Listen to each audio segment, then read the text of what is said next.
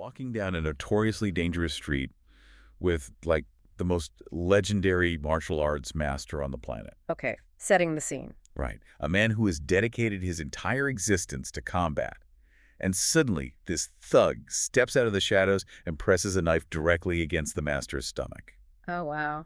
And you'd think he'd just, disarm him in a split second. Exactly. But the master, Yeah. he freezes. Really? He just freezes. Completely freezes. Which just totally shatters that cinematic illusion we all have, right? Oh, 100%. The whole idea of the untouchable warrior, the guy who disarms an attacker with a flick of the wrist without even blinking. Yeah, and that's exactly why we're doing this deep dive today. Because we're exploring a graduation speech that basically shatters everything we think we know about courage, ego, and what it actually takes to master oneself. It's a fascinating text. It really is. We are looking at a text prepared for tomorrow, actually, April 29th, 2026. It was written by Hanshi Deena Naidu for his students. And right off the bat, I mean, we need to decode some of these titles to understand the sheer gravity of this text. Yeah, we definitely do, because Hanshi isn't just a generic term for teacher. Right. It is an incredibly high senior master title. It essentially means exemplary teacher. And in this speech, he's chronicling his time with his own teacher, the Saiko Shihan, Gōshi Yamaguchi. And just to put that in context for you, Saiko Shihan translates to grandmaster. Which is huge. It is, but the lineage goes even deeper than that because Gōshi is the blood son of their style's legendary founder, Gōjin Yamaguchi. Famously known globally as the cat. Exactly, the cat. So we are dealing with the absolute pinnacle of martial arts royalty here, and the organization they belong to, Jun Goju Kai, it's deeply rooted in this rigorous, really traditional heritage. So our mission today is to decode this speech because the stakes laid out in these pages are just, they're incredible. They really are. This isn't, a collection of polite, sunshine-filled platitudes you usually hear at graduation ceremonies. Definitely not. It is a raw, intense story about 3 pivotal tests, 2 very different knives. Oh yeah, the knives. Right, 1 in the street, 1 in the dojo, and 5 simple words that changed a martial arts master's life forever. As Hanshi Deena puts it, this narrative isn't just a memoir. He calls it the College of Gujin Sensei. I love that phrase. Right. It's a masterclass in forging. I love that phrase. Right. It's a masterclass in forging a human being, anchored by this single, just uncompromising mantra character comes before karate. And we're going to see the mechanics of how that character is forged through a series of increasingly intense crucibles. Yeah, let's get into the first one. So let's unpack the first of these crucibles, which Hanshi Deena labels the test of loyalty. Okay. So Deena's just arrived in Japan. He has traveled across the world, leaving his home behind, specifically to join this legendary founder's dojo. A huge life change. Massive. And Gōshi Yamaguchi Shihan, the son, picks him up from his hotel. They're in a car, navigating the streets of Tokyo on the way to the father's dojo. And out of nowhere, Gōshi drops this absolute bombshell. Just right in the car. Right in the car. He looks at Deena and asks, Deena, would you like to join me instead of my father? Oh, man. The psychological weight of that moment is massive. Seriously. You're a newly arrived student, you're culturally displaced, sitting next to the heir of the entire martial arts empire. Right. And he essentially offers you a detour away from your ultimate goal. And Deena writes that he was shocked. I mean, he naturally assumed the father and the son were this united, impenetrable front. Of course you would. Yeah. So for a brief second, his heart is completely confused. But then he connects with the foundational reason he made the journey in the first place. He bows politely and tells the son, Saiko Shihan, I came to train with your father at the college. Wow. And Gōshi's reaction is so understated, it's almost jarring. He just looks at him, nods, and goes, well, okay. It is a remarkably quiet end to a question designed to test the very bedrock of a student's intention. See, I have to push back on this interaction, though. Okay, why? Because if we look at this through a modern Western lens, it feels incredibly manipulative. I see what you mean. Like, it's like a modern-day corporate loyalty test. Imagine you get hired by a legendary CEO, and on your first day, the CEO's kid pulls you aside and says, hey, want to ditch my dad and come work for my secret startup instead? Right. It feels like a trick question designed specifically to trap a new employee who doesn't know the political landscape. Yeah, I get that. But viewing it as a corporate trap kind of misses the mechanism of traditional martial arts lineage. How so? Well, the dojo is not a corporate ladder where you pivot to the best offer Or align yourself with the next rising star to maximize your career trajectory, you know. Okay, that's fair. Lineage is about unbroken transmission. Gōshi wasn't trying to trick Deena into failing. He was applying pressure to see if Deena's foundation would crack. And Deena's realization from this moment is profound. He notes that loyalty is not blind obedience. Loyalty is knowing exactly who your teacher is and never wavering from that choice. A black belt chooses. A Hanshi stays chosen. Yes, exactly. That line from the text clarifies the entire dynamic for me. Blind loyalty is just following the person in front of you because you're told to. Right. But true loyalty requires a conscious, active choice. Mm-hmm. And then you need the internal fortitude to stand by that choice, even when a seemingly attractive, highly convenient alternative is presented by someone holding immense authority. And by passing that test, Deena proves to the son that his resolve is unshakable. Yeah. If you are going to absorb the life's work of a grandmaster, you cannot be easily swayed. The foundation has to be solid before a single physical technique is ever taught. So once that internal foundation of unwavering loyalty is set, the immediate question becomes, how does that manifest outwardly? Right. If you know who your master is, how do you then step up and treat your own students? Which brings us to the second crucible. Exactly. That philosophical shift brings us to the test of humility, which takes place years later in a completely different environment. Yeah, so we move forward to 1977. We're no longer in the rigid, formal environment of Tokyo. We are in Deena's home country of South Africa. And Gōshi, the master, is visiting Deena's dojo. Right. So Gōshi comes in, sits down, and quietly watches Deena teach a class. And Deena explicitly notes in the text that this was just a normal, everyday class. Nothing special. Right, he didn't roll out the red carpet. There was no grand ceremony, no special demonstrations prepared for the visiting grandmaster. Yeah. And when the session ends, Gōshi asks, "Can I say a few words?" Uh-oh. Yeah, Deena actually panics. He writes that he apologized to the master, feeling deeply embarrassed that he hadn't prepared a proper, formal reception. And to understand the sheer panic Deena felt, we really have to look at the mechanics of Japanese martial arts culture in the 1970s. Okay, set the scene for us. It was highly insular, deeply hierarchical, and heavily reliant on protocol. When a high-ranking Japanese master visited a foreign dojo, there was a historical expectation of immense pomp and circumstance to honor their rank. Oh, I see. So Deena is apologizing because he fears he has fundamentally disrespected the hierarchy by just showing them a sweaty, unglamorous Tuesday night training session. He is totally bracing for a harsh critique. He expects Gōshi to dress him down in front of his students for a lack of respect. But instead, the narrative completely flips. It does. Gōshi stands up before the senpai, the senior students, and he addresses the entire room.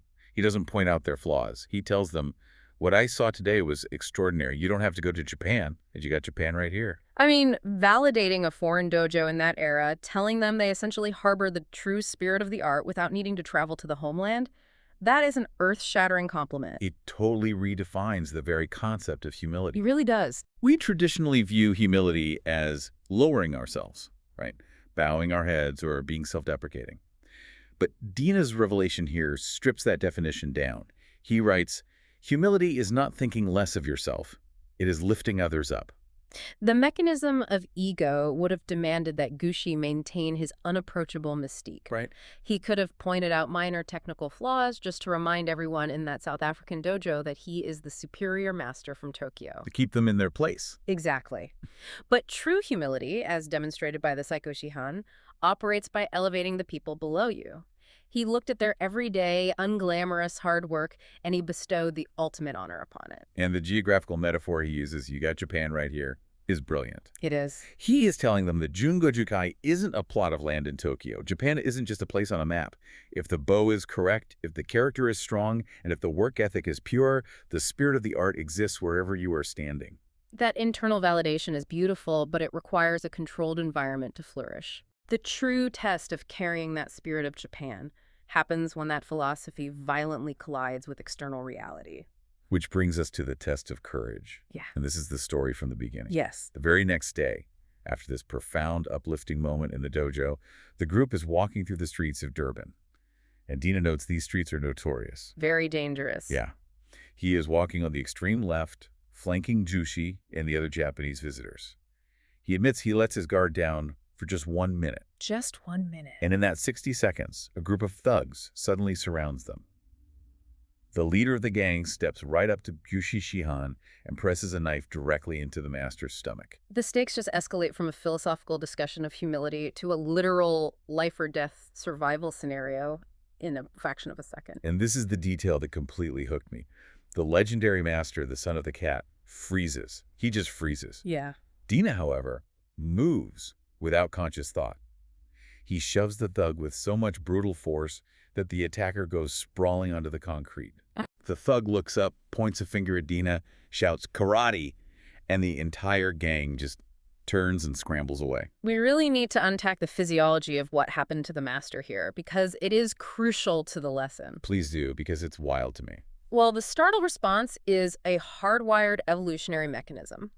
When a sudden, lethal threat like a knife appears out of nowhere, the brain's amygdala hijacks the nervous system. Okay.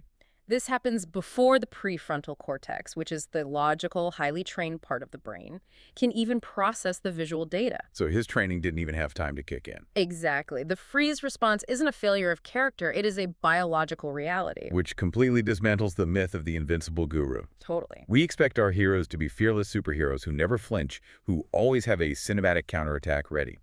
But Deena explicitly writes, even masters can be surprised. Yeah. He highlights his teacher's vulnerability rather than hiding it. It fundamentally shifts how we define courage.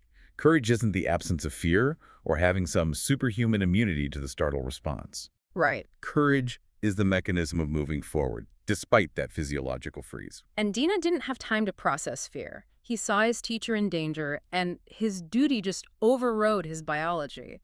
And he distills this entire chaotic event into a striking redefinition of the acronym KARATE. Yeah, he defines it as killing the ego, not your duty to protect. That's so powerful. It really is. The ego wants to perform. The ego wants to execute a flawless, spinning kick to disarm the thug and wait for the applause. Right. Like in the movies. Exactly. But real courage, in that split second, meant abandoning the artifice. It meant executing a basic, ugly, unglamorous shove, because that is what was brutally necessary to ensure the safety of the person he was responsible for. He killed his ego to protect his master's life. He successfully guarded his teacher's physical body from an external threat.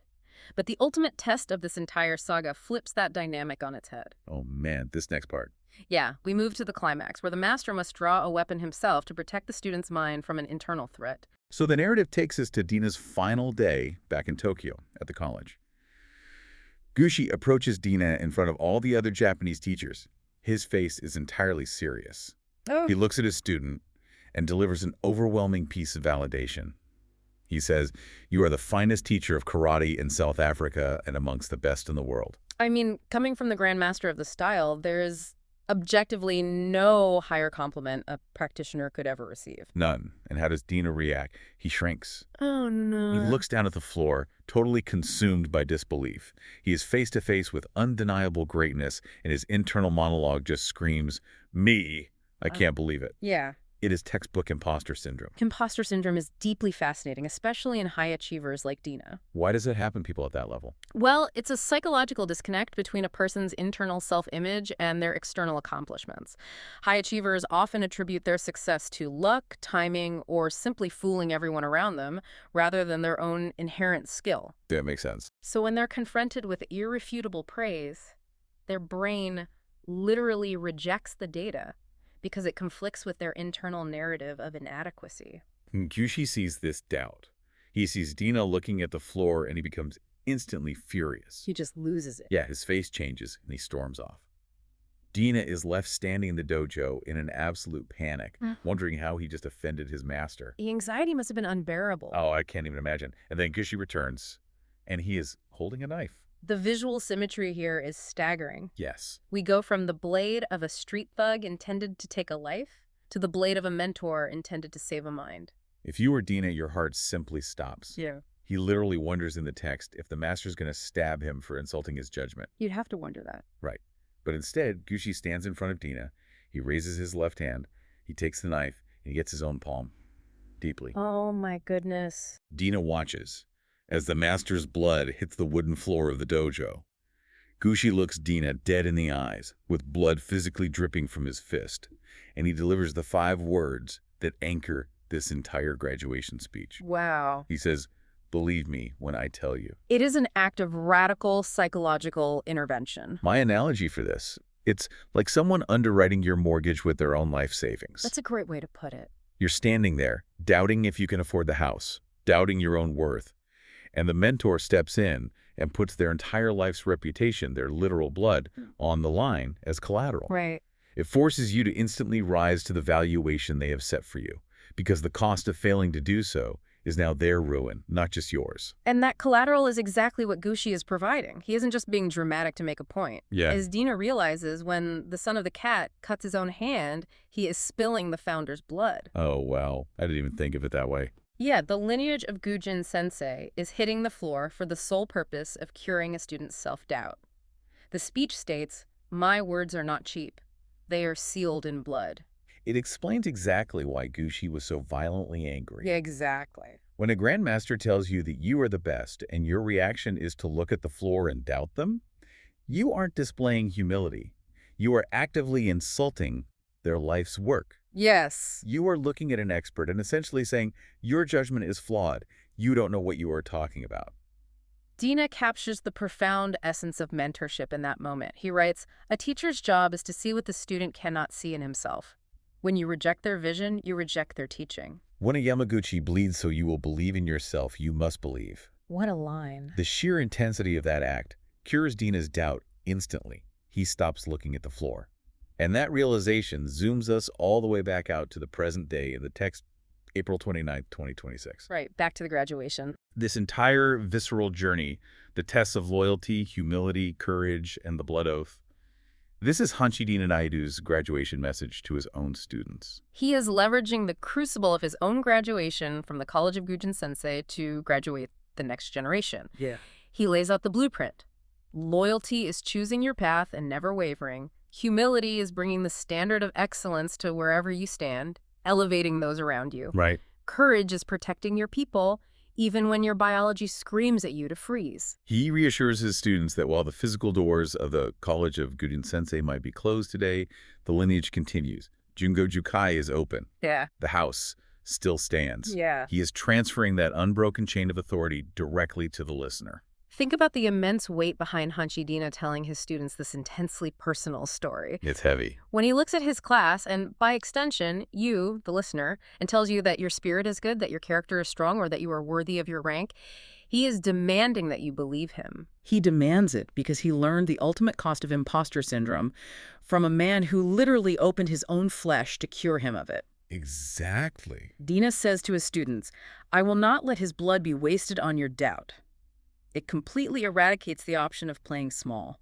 He is passing the blood oath forward. He is saying, I see your potential with the exact same clarity that my master saw mine. Do not insult the lineage by doubting yourself.